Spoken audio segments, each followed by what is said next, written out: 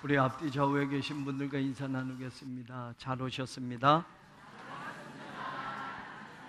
한 번 더 인사 나눕니다. 은혜 받으십시다.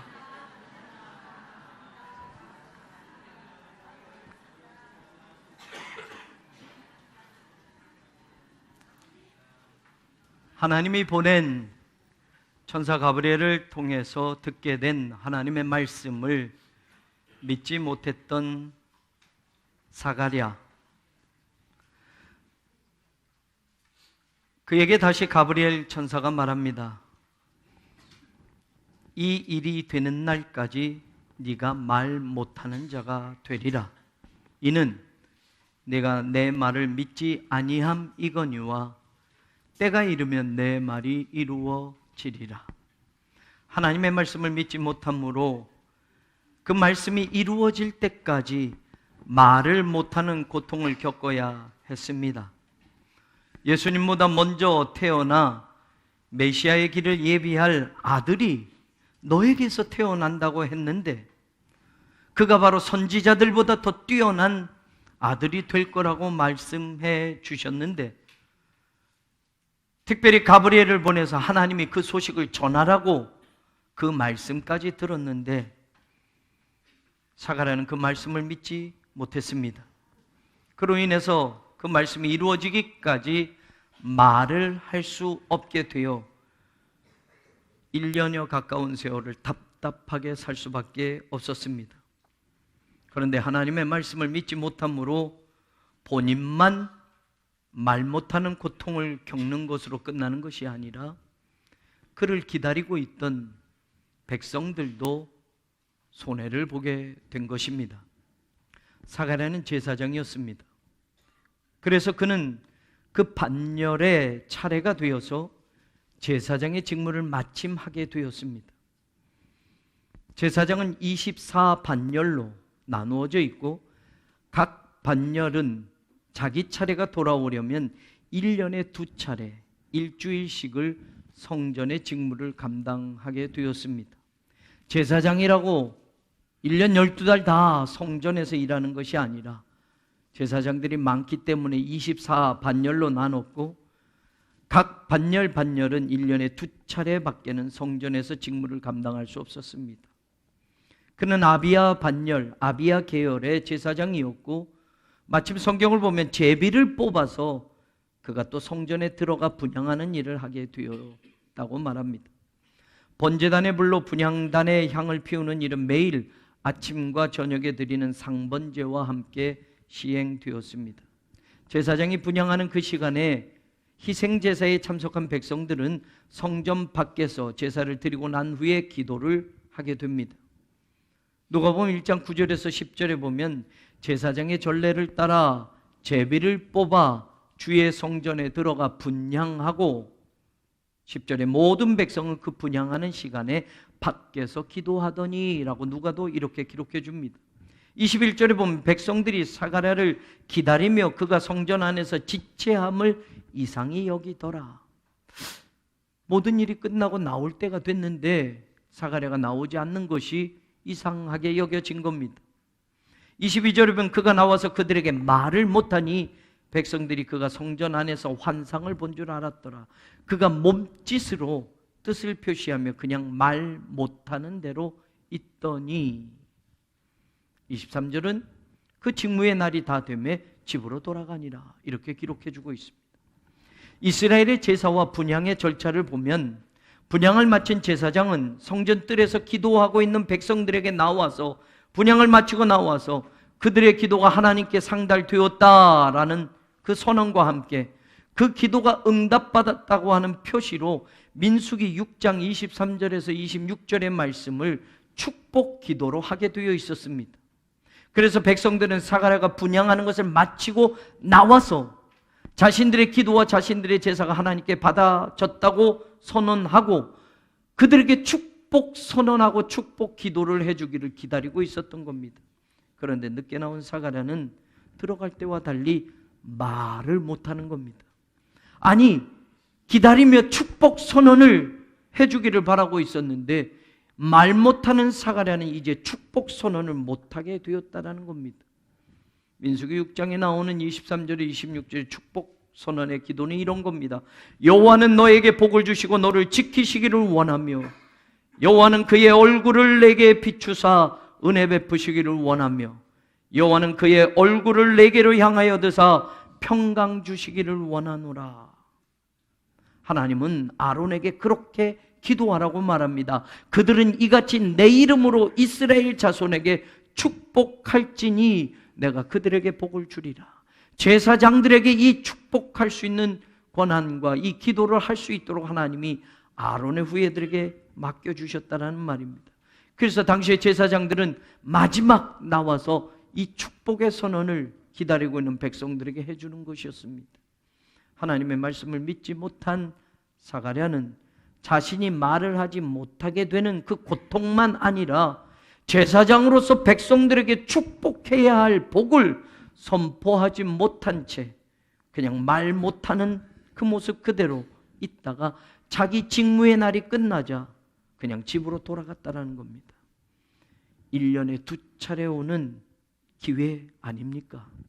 제사장이라고 늘 성전에서 직무하는 것이 아니라 반절대로 1년에 2번밖에 오지 않는 기회, 거기다가 자신이 속한 그 제사장의 계열이 돌아와도 그 반열, 아비야 반열에 속한 제사장들이 많기 때문에 성전에 들어가서 분향하고 제사드릴 그 제사장을 특별히 제비를 뽑아 들여보내는 그 축복의 기회를 사가랴는 받았지만 놓쳐버렸다는 겁니다. 누군가 목사로 사는 저에게 가장 스트레스 받는 것이 무엇이냐고 물어본다면 한번 물어보세요. 설교라고 말하고 싶습니다. 목사들이 흔히 말하면서 이런 거 있어요. 대학 교수는 PhD 받고 자기가 연구한 분야를 가지고 와서 또 물론 연구도 하지만 제자들을 가르칩니다. 1년 지나면 제자들은 올라가요. 그럼 또 1년 후에 새로운 학생들이 와요. 그러니 작년에 가르쳤던 거 또 가르쳐도 누가 뭐라고 그러지 않아요. 1년 52주 지난 1년 동안 했던 설교를 다시 1월 1일부터 다시 하면 여러분들 우리 목사 지난해 한 거 또 하네. 근데 또 해보세요. 설교 준비 안 하나 봐. 또 해보세요. 놀고 있네. 이렇게 되죠. 설교 준비도 하고 놀기만 하나 봐. 이렇게. 매주일 똑같은 말씀을 가지고 절기가 올 때는 더 스트레스를 받습니다. 그래서 웬만한 목사들은 7년이나 10년이면 떠나요. 다른 교회로 가고 다른 교회로 가고. 어떤 목사님이 신나 했습니다. 한 10년 섬기던 교회에서 또 다른 교회로 가서 나 이제 10년 했던 설교 또 써먹을 수 있어 그러더라고요.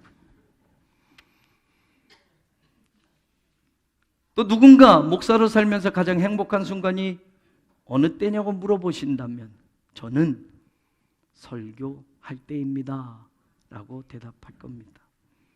하나님의 말씀을 전하는 이 일, 목사로서 살면서 가장 행복한 일이고 그 말씀을 준비하기 위해서 스트레스도 받고 기도도 하고 많은 것을 생각하고 책도 읽지만 그 말씀을 잘 준비해서 새벽녘쯤 되면 주일 아침이 빨리 돌아오기만을 기다리는 설레는 마음이 목사에게는 있습니다.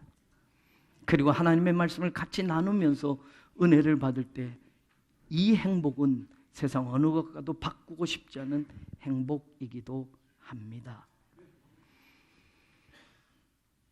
만약 사가랴처럼 1년에 2번밖에 목사의 일을 할 수 없다고 한다면 1년에 2번밖에 설교할 기회가 오지 않는다면 스트레스 없어서 좋을 것 같지만 가장 행복한 순간을 2번밖에 1년에 2차례밖에 갖지 못한다는 건 더없이 슬프고 힘들 겁니다.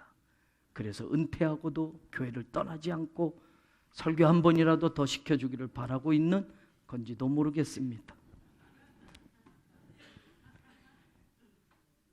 사가랴는 자신이 말 못하는 답답함보다 제사장으로서 하나님의 백성들에게 하나님의 축복을 선언하는 복된 입술이 되지 못하는 것이 더 큰 고통이었을 수도 있었을 겁니다.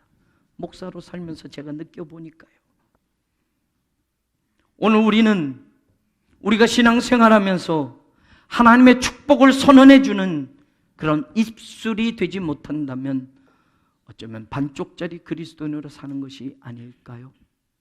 하나님은 우리의 입술이 복된 입술이 되기를 원하십니다. 우리의 말이 하나님의 은혜를 선포하고 생명을 살리는 복음을 전하는 입술이 되기를 원하십니다. 그러나 사가랴처럼 하나님의 말씀이 이루어질 것을 믿지 않는다면 하나님은 언제나 우리 기도에 응답해 주시는 분이라는 것을 의심한다면 사가랴처럼 그 입에서 하나님의 축복을 선언하지 못하는 아픔도 가질 수 있다는 것을 우리가 잊어서는 안 됩니다. 세례요한의 아버지 사가랴처럼 자기에게 전해지는 기쁜 소식을 믿지 않는 사람들로 살아가지 않기를 바랍니다. 여러분의 가정과 여러분의 자녀와 우리 교회를 향한 하나님의 축복의 선언을 의심하는 사람들이 되지 않기를 바랍니다. 사가랴처럼 그 축복의 말씀을 하나님이 주시는데도 믿지 못하는 안타까운 신앙의 길을 계속 걸어가지 않기를 바랍니다. 사가랴가 믿지 않아도 하나님의 말씀은 반드시 이루어졌다라는 것을 기억하십시오. 사가랴처럼 부정적인 사람으로 남아 결국 하나님의 축복을 선언하지 못하는 슬픈 인생이 되지 않기를 이 성탄의 귀한 절기에 여러분에게 간절히 호소합니다. 하나님의 말씀을 믿지 못함으로 본인이 말을 하지 못하는 아픔과 제사장으로서 제사를 끝내고 제사드린 백성들에게 하나님이 주시는 축복을 선언하지 못하는 안타까움의 사가랴의 모습에서 우리 이제 다시 그가 믿던 안 믿던 하나님의 말씀이 이루어진 그날 그의 모습을 다시 들여다보고 또 다른 신앙의 모습을 생각해 보기를 원합니다. 저는 오늘 사가랴의 믿지 못함으로 인한 고통이 하나님이 주신 말씀이 이루어짐으로 끝나게 되면서 그에게 제일 먼저 나온 말이 무엇이었느냐를 주목해 보고 싶습니다. 1년 동안 말을 하지 못했습니다. 하고 싶어도 할 수가 없었습니다. 그리고 드디어 아기가 태어나며 하나님이 그 말이 이루어질 때까지 말 못하 그 고통이 끝나는 그날 64절에 보니 혀가 풀리며 말을 하여 첫 번째 그의 입에서 나오는 말은 뭡니까? 하나님을 찬송하니 라고 되어 있습니다. 저 같으면 1년 동안 말 못하고 살다가 드디어 말을 하게 되었을 때 저 같으면 어떤 말을 먼저 할까요? 답답해서 죽을 뻔했네. 저 같으면 그랬을 거예요. 믿지 못했기에 하나님의 말씀, 자기에게 주신 말씀을 받아들이지 못했기에 말 못하는 1년여 가까운 세월을 고통으로 견디다 가장 처음 하는 말이 무엇이었느냐? 하나님을 찬송하는 말이었다. 어떤 의미일까요? 메시아의 탄생을 기뻐하는 고백입니다. 자기가 이제 드디어 말하게 되었다는 자신의 기쁨을 말하는 것이 아닙니다. 내가 늙음하게 얻지 못한 아들을 얻게 되었다라는 인생에 찾아온 기쁨을 말하는 노래가 아닙니다. 그런 말 못함을 통해서 자기에게 하나님이 주신다고 하는 그 아들이 무엇 때문에 이 땅에 태어나는지 그것을 먼저 생각하고, 순차적으로는 내 아들이 메시아보다 6개월 먼저 태어나지만 그가 태어나면 바로 메시아의 길을 예비함이라는 것을 사가랴는 말 못하는 그 세월 동안 깨닫게 되었던 겁니다. 그래서 제일 먼저 말을 하게 되면서 그의 입에서 나오는 말은 하나님을 찬송하는 것이었습니다. 그 해답을 얻기 위해 우린 68절을 보십시오. 찬송하리로다. 무엇을 찬송합니까? 주 이스라엘의 하나님이요 그 백성을 돌보사 속량하시며 라고 찬송의 내용이 나오고 있습니다. 69절을 보세요. 우리를 위하여 구원의 뿔을 그 종 다윗의 집에 일으키셨으니 메시아가 오실 것을 기뻐하는 찬송이 고백되고 있습니다. 하나님을 찬송하는 입술이 가장 먼저 되었다. 그 찬송은 하나님과 이스라엘 백성이 그토록 기다리던 메시아에게 먼저 초점이 맞추어져 있다는 것을 우리는 주목해 봐야 합니다. 베네딕투스 of 자카리아스, 사가랴의 찬가라고 하는 이 말씀, 자신의 아들과 자신의 인간적인 기쁨이 먼저 말로 튀어나오는 것이 아니라 이스라엘의 하나님, 그 하나님은 하나님의 백성을 돌보시고 속량하신 하나님이십니다 라는 고백이, 신앙이 그의 입술에서 가장 먼저 나왔다라는 말입니다. 돌보다 라는 이 단어는 자세히 살펴본다 라는 말입니다. 여러분, 자세히 살펴보려면 어떻게 해야 되느냐? 직접 가서 봐야만 됩니다. 그래서 이 돌보다 라는 단어는 방문하다, 찾아가다 라는 뜻이 있는 단어입니다. 사가랴가 깨달은 것이 그거였습니다. 하나님은 하나님의 백성을 살펴보시기 위해서 하나님이 직접 찾아오시는 분이다라는 겁니다. 다른 신들처럼 인간이 신을 찾아가는 것을 신은 기다리고 있는 것이 아니라, 인간이 찾아올 때 신 앞에 드릴 정성과 예물의 가치를 앉아서 평가하는 신이 바로 우리가 믿는 하나님이 아니라, 하나님은 직접 자기 백성의 아픔의 현장, 자기 백성의 슬픔의 현장, 자기 백성의 처지와 삶의 자리를 살펴보시려고 하나님은 직접 우리 인생 각자에게 방문하고 찾아오신다라는 말입니다. 그분이 우리 하나님이라고 사가랴는 찬양하고 있습니다. 하나님이 찾아오시는 것도 너무 감사인데 오셔서 무엇을 해주시나? 속량하신다라고 말해요. 리트로신, 속전을 내어주고 속전을 내고 그를 놓아주다, 값을 지불하고 그에게 자유를 주다라는 뜻이에요. 우리를 올가매고 있는 죄의 사슬에서 그 죄값을 대신 지불해 주시고 그 올무를 끊어버리시고 우리에게 자유를 주시고 해방을 주셨다고 찬양하고 있는 겁니다. 말 못하는 1년 동안 그의 깨달음이 오늘 말하게 되는 그 첫 순간에 신앙의 고백으로, 찬양으로 울려지고 있습니다. 69절에는 구원의 뿔을 다윗의 집에 일으키셨다. 메시아에 대한 고백이 나오고 있습니다. 뿔이라고 하는 이 단어는 히브리어는 케렌이고 헬라어로는 케라스인데, 이 뜻 자체는 뿔 자체가 아니라 뿔이 가지고 있는 의미를 말하는 겁니다. 능력이라는 겁니다. 힘이라는 것을 상징하는 단어입니다. 구원의 뿔이라는 것은 구원의 능력을 가지신 분, 구원의 힘을 가지신 분을 하나님께서 다윗의 후손 가운데 우리에게 보내주셨다는 말입니다. 메시아가 오셨다는 말입니다. 예수님에게 그 구원의 능력과 구원의 힘이 있다고 사가랴는 두 번째 찬양의 고백에 하고 있습니다. 그 메시아가 오셔서 하실 일이 무엇이냐? 71절, 우리 원수에게서와 우리를 미워하는 모든 자의 손에서 구원하시는 일이라 라고 말합니다. 이 말씀은 구약의 시편 106편 10절을 인용하는 구절입니다. 그들을 그 미워하는 자의 손에서 구원하시고 그 원수의 손에서 구원하셨고 애굽에서 이스라엘 백성을 구원하신 하나님을 찬양하는 시편 106편 10절의 말씀을 기억하고, 하나님은 우리에게도 메시아를 보내주셔서 우리를 미워하는 자의 손에서 건져내시고 우리의 원수의 손에서 구원하시기 위하여 다윗의 후손 가운데 구원의 뿔을 일으켜 주셨구나 라고 사가랴가 고백했던 겁니다. 말 못했던 사가랴가 하나님의 말씀이 이루어진 그날 제일 먼저 닫혀졌던 그의 입에서 나오는 말은 찬송이었습니다.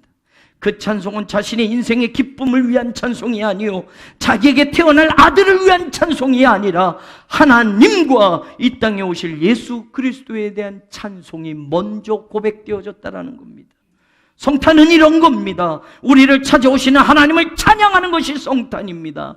기다리는 그런 절기가 하나님을 찬양하며 메시아를 찬양하는 것이 성탄의 절기가 되어야 합니다.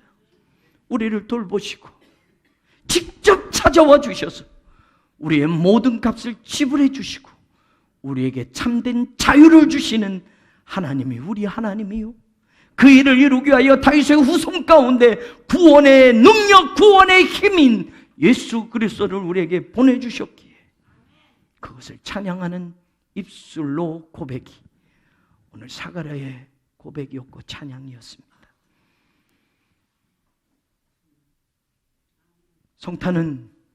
우리의 성탄은 바로 하나님, 우리에게 찾아오신 하나님, 이 땅에 오셔서 우리에게 구원의 능력으로 참된 자유를 주시고 하나님의 자유로, 하나님의 자녀로 삼아주신 그 메시아를 집중하는 것이, 찬양하는 것이, 그 신앙을 고백하는 것이 우리의 성탄이 되어야 할 것입니다.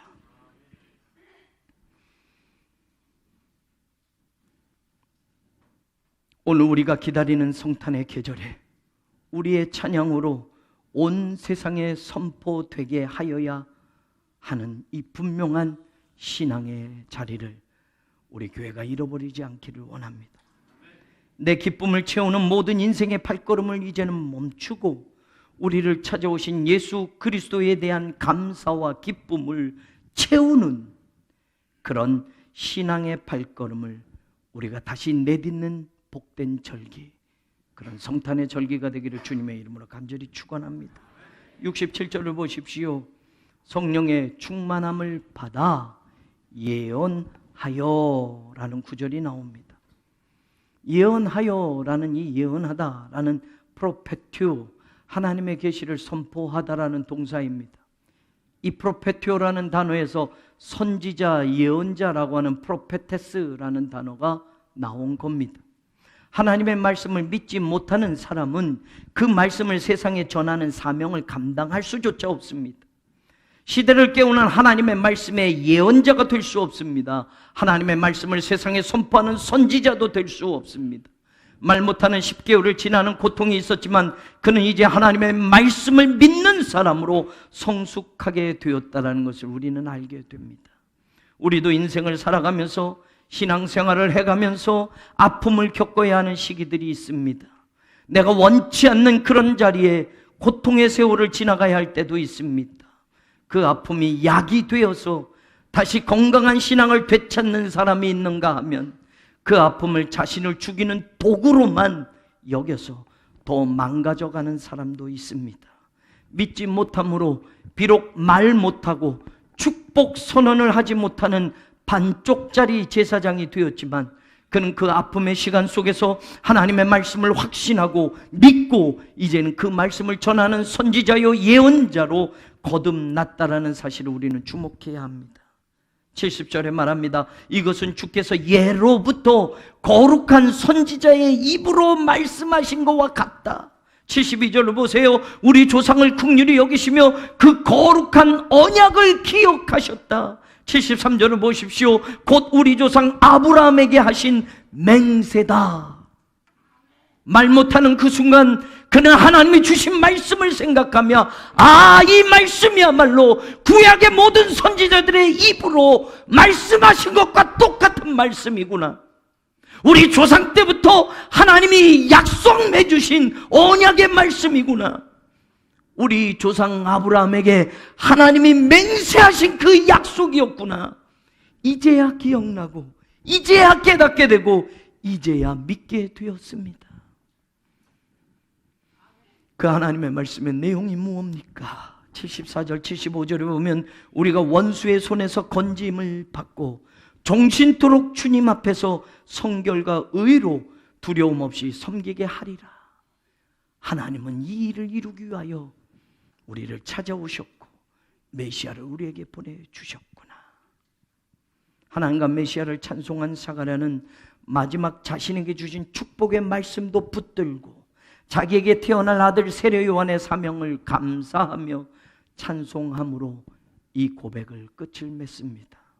믿지 못했던 그 사람, 그래서 말 못하는 고통으로 1년여를 지내야 했던 그 사람, 1년에 2차례밖에 오지 않는 24반열대로 제사장의 자리를 지키며 하나님께 제사 드리는 하나님의 백성들에게 마지막 축복의 선언을 해주어야 할 복된 기회를 잃어버린 채, 기다리던 백성들에게 아무 말도 못한 채 그냥 말 못하는 채로 있다가 그 직무의 날이 다 되어서 자기 집으로 그냥 돌아갈 수밖에 없던 바로 그 사람, 그 아픔을 약으로 삼았고 그 불신의 고통을 믿음의 제기로 삼아 그 입이 풀리자마자 하나님을 찬송하고 메시아를 기다리는 간절한 마음으로 하나님의 말씀을 다시 붙잡았고 제사장에서 예언자로, 선지자로 예수님의 탄생을 세상에 선포하는 신앙의 사람이 되었던 겁니다.